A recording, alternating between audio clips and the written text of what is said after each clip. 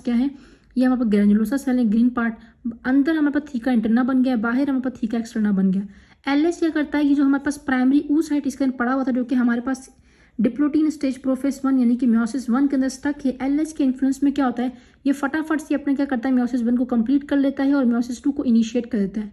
और हमें पता है कि म्योसिस 1 का रिजल्ट क्या होता है, म्योसिस 1 के रिजल्ट में दो चीज़ें बनती हैं, दो स्ट्रक्चर बनते हैं। यहाँ पर भी दो सेल बनेंगे, एक हमारे पास क्या बनेगा, अब प्राइमरी पहले oocyte था, अब बन जाएगा सेकेंडरी oocyte। इसी के अलावा एक पोलर बॉडी बन जाएगी और ये पोलर बॉडी कहाँ पर होगी, इफ़ यू विल रिमेंबर कि हमने क्या डिस्कस किया था इससे पहले, ये हमारे पास रेड कलर में है ज़ोना पैलिसिडा, ये प्राइमरी oocyte है।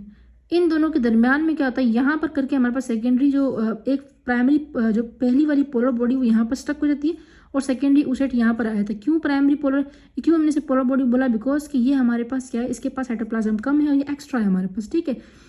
लेकिन चूंकि इसने म्योसिस 2 को स्टार्ट कर दिया, लेकिन म्योसिस 2 को कंप्लीट नहीं करती, बल्कि कहाँ पर, म्योसिस 2 के मेटाफेज के अंदर स्टक हो रहती है। हमें पता है कि प्रोफेज होता है, मेटाफेज होता है, देन टीलोफेज होता है, सॉरी पहले एनाफेज होता है, देन टीलोफेज होता है ना, पी मेट हो गया ना। तो हमारे पास क्या होगा, ये जो मेट है ना हमारे पास, ये मेटाफेज के अंदर क्या होता है, ये स्टक हो रहता है हमारे पास हमारा सेकेंडरी oocyte।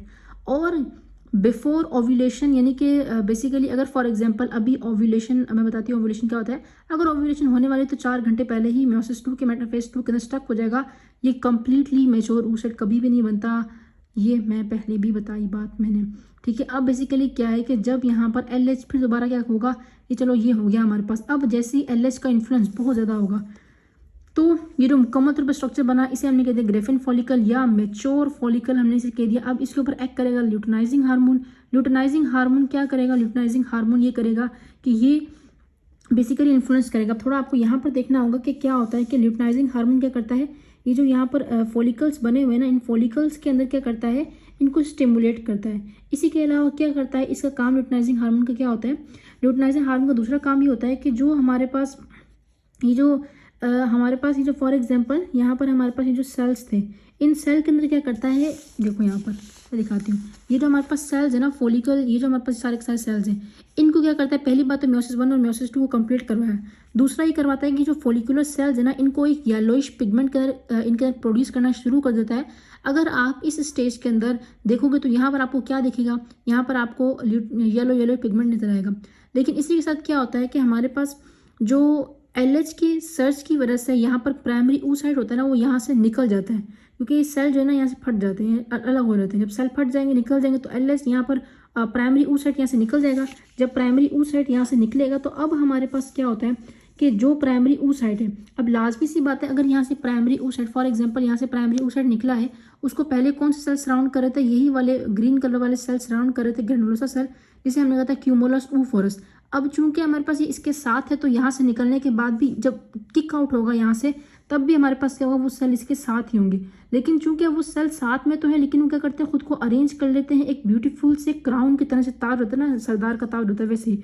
तो इसीलिए हम इसे कहते हैं कोरोना रेडिएटा, ज़ोना पैलिसिडा, वैसे का वैसा ही। प्राइमरी oocyte सॉरी ये हमारे पास क्या है, सेकेंडरी oocyte है जो कि स्टक है कहाँ पर, अपने जो है मेटाफेज के अंदर, और यहाँ पर हमारे पास सेकेंडरी पोलर बॉडी पड़ी हुई है, ठीक है। अब हमारे पास चलो ये तो प्राइमरी oocyte निकल गया, लेकिन इस कॉर्पस ल्यूटम का क्या, ये जो ग्रेफिन फॉलिकल है इसका क्या बनेगा, ये जब निकलने के बाद सेकेंडरी oocyte, उस स्ट्रक्चर को हम कहते हैं कॉर्पस ल्यूटम। अब ल्यूटम क्यों कहा, बिकॉज ये हमारे पास क्या होते हैं, जो सेल्स होते हैं ना, इस सेल्स के अंदर क्या होता है, फॉर एग्जाम्पल ये एक सेल था, इस सेल के अंदर क्या होता है, on the influence of LH क्या होता है, यहाँ पे येलोइश पिगमेंट बनना शुरू हो जाता है। जब येलोइश पिगमेंट बनता है तो उस सेल को हम कहते हैं ल्यूटियन सेल। अब चूंकि ये ल्यूटियन सेल है और ल्यूटिनाइजिंग हार्मोन तभी नाम दिया ल्यूटिनाइजिंग हार्मोन, बिकॉज ये ल्यूटियन सेल यानी कि येलोइश पिगमेंट वाले सेल की प्रोडक्शन करता है।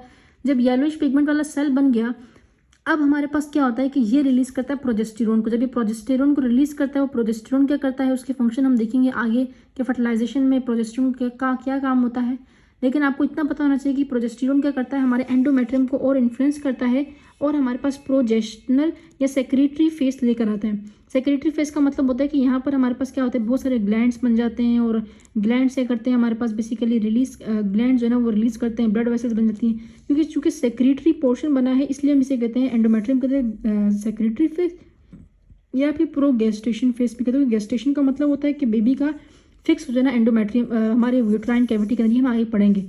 लेकिन चूंकि अभी हमारे पास क्या है, गेस्टेशन नहीं हुई, तो प्रो उससे पहले वाला काम है तो प्रो गेस्टेशन फेस हो गया। ठीक है, यह बात समझ आ गई। इसीलिए हम इसे क्या कह रहे हैं, प्रोजेस्टेरोन क्या करता है, प्रोजेस्टेरोन का काम होता है कि सेक्रेटरी फेस या प्रोगेस्टेशनल फेस करवाना। ठीक है, इसी के अलावा क्या करवाता है, ये जो यूट्राइन वॉल है ना हमारे पास, सॉरी ये जो ओवरियन की वॉल है, इसको ये क्या करता है, स्टिमुलेट करता है। अब चूंकि देखो यहाँ पर हमारा जो क्या नाम प्राइमरी सेकेंडरी ऊसाइट है वो निकल गया, सेल्स हमारे पास थोड़े अरेंज होना शुरू हुए।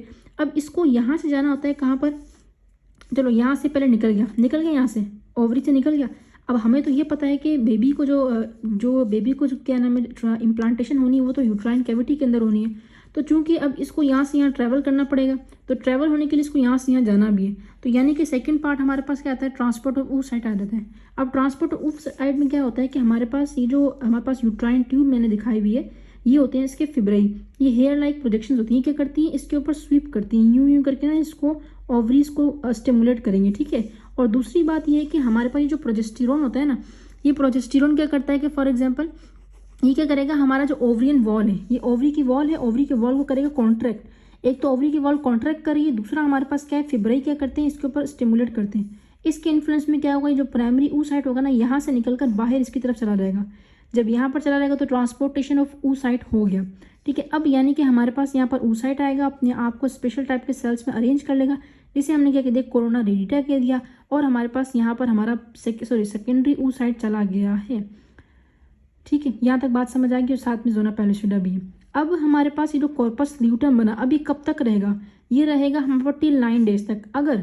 अगर तो 9 डेज तक क्या होती है, अगर तो 9 डेज तक क्या नाम है इसका फर्टिलाइजेशन होती है तो ठीक है। अगर 9 डेज तक फर्टिलाइजेशन नहीं होती है आफ्टर ओव्यूलेशन, तो हमारे पास ये स्ट्रक्चर डिजेनरेट कर जाएगा, और हमारे पास ये क्या बन जाएगा, ये बन जाएगा एल्बिकैन्स बन जाएगा, यानी कि डिजेनरेटिव स्ट्रक्चर को हम कहते हैं एल्बिकैन कहते हैं। और तभी क्योंकि हमारे पास ये जो कॉर्पस ल्यूटम था, ये हमारे पास जब येलोइश हुआ था, ये क्या रिलीज कर रहा था, ये जब येलोइश हुआ था तो ये रिलीज कर रहा था, जैसे मैंने लिखा हुआ है कॉर्पस ल्यूटम क्या रिलीज करता है, प्रोजेस्टेरोन को, ताकि हमारे पास क्या कर सके, हमारे यूट्राइन कैविटी को स्टिमुलेट करे कि वो सेक्रेटरी फेस बना दें। ठीक है, ब्लड वेसल बन जाती है, बहुत सारा कुछ हो जाता है यहाँ पर, वो हम आगे फर्टिलाइजेशन में देखेंगे। लेकिन चूंकि अब हमारे पास क्या है कि प्रोजेस्टेरोन नहीं होगा, जैसे ही डिजेनरेट कर जाएगा तो फिर उसी वक्त क्या होगा, ये सारी ब्लड वेसल जो है ना वो कट आउट हो जाएंगी। तो इस वजह से क्या होता है, ब्लीडिंग आती है, जिसे हम कहते हैं मेंस्ट्रुएशन साइकिल।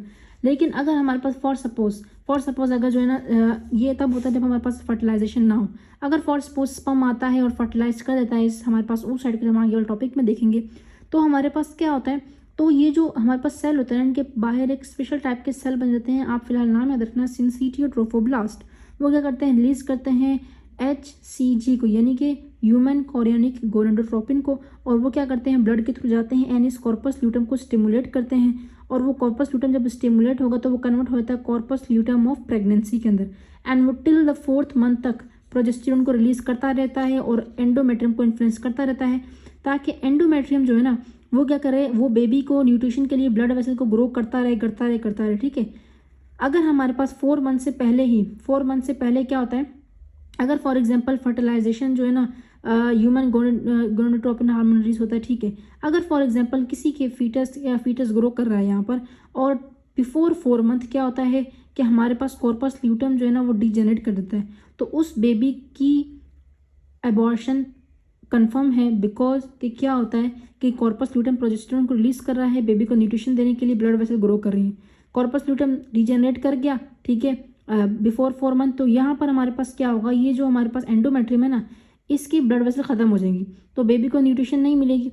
जब बेबी को न्यूट्रिशन नहीं मिलेगी तो बेबी का एबॉर्शन, बेबी की डेथ हो जाएगी। सही है, तो ये वजह होती है कि हमारे पास का काम होता है। और जो हमारे पास फीमेल जो टेस्ट करवाती हैं आफ्टर, यानी कि जैसे कि यहाँ पर हमारे पास सिंसिटियो ट्रोफोब्लास्ट बन गया और हमारे पास ब्लड टेस्ट करवाती है, तो यूरिन टेस्ट करवाती है, उसके अंदर जो है ना HCG की प्रेजेंस ही बताती है कि जो फीमेल है वो क्या हो चुकी है, प्रेग्नेंट है, क्योंकि वो रिलीज और करता है हमारे पास, यहाँ पर हमारे पास सिंसिटियो ट्रोफोब्लास्ट सेल बनते हैं आफ्टर द फर्टिलाइजेशन, वो रिलीज करते हैं। ठीक है, तो ये था हमारा टॉपिक कि किस तरह से हमारे पास होता है कि हमारे पास मुकम्मल तौर पर जो है ना वो, पहली बात तो ये है कि ओव्यूलेशन कैसी होती है। हाँ, अगर ओव्यूलेशन हो गई है तो फिर ट्रांसपोर्ट ऑफ oocyte कैसे करते हैं, अगर फर्टिलाइजेशन होती है तो फिर क्या होता है, फर्टिलाइजेशन नहीं होती तो फिर क्या होता है।